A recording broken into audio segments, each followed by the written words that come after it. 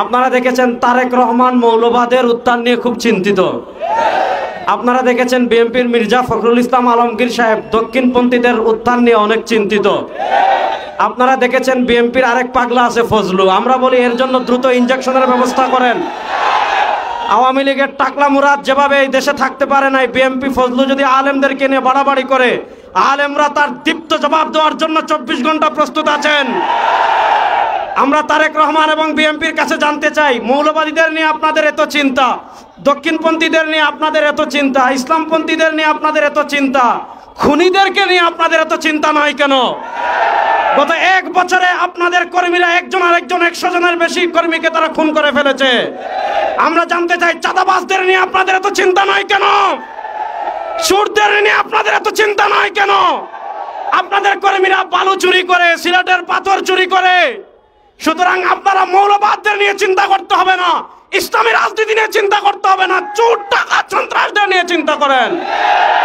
2 নম্বর আরেকটা কথা বলবো, 2024 সালের জুলাই আগস্টের গণবিপ্লবের মাধ্যমে আমরা ভারতের আধিপত্যবাদকে পরাজিত করেছি।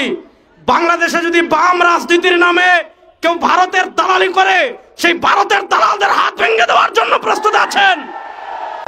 আপনারা দেখেছেন আমাদের বাংলাদেশের বরেণ্য 2 জন শিক্ষাবিদ, ডক্টর সরওয়ার এবং ডক্টর আসিফ মাহতাব উৎস, তারা এই উম্মারতন্ত্র প্রহরী, বাংলাদেশের সভ্যতার অন্যতম পাহারাদার। তাদেরকে বাংলাদেশের একটা কুলাঙ্গার তাদেরকে হত্যা করার হুমকি দিয়েছে। যে হত্যা করার হুমকি দিয়েছে তার পক্ষ নিয়ে এদেশের বামরা বিবৃতি দিচ্ছে। আমরা স্পষ্ট ভাষায় বলি, ডক্টর সরওয়ার এবং ডক্টর আসিফ মাহতাব এদেশে একা নয়, তার সাথে বাংলাদেশের সকল মুসলমান আছে। তাদের 100% যদি বাংলাদেশে কেউ বাঁকা করতে চায়, কিয়ামত হয়ে যাবে, কিয়ামত হয়ে যাবে। আমরা যেই নিয়তে তাহাজ্জুদ পড়ি, ওই নিয়তে ইসলামী আন্দোলন করি। আমরা যেই নিয়তে রোজা রাখি, ওই নিয়তে আমরা ইসলামী আন্দোলন করি। যেই নিয়তে নামাজ পড়ি, ওই নিয়তে ইসলামী আন্দোলন করি। আমরা আদর্শের রাজনীতি করি।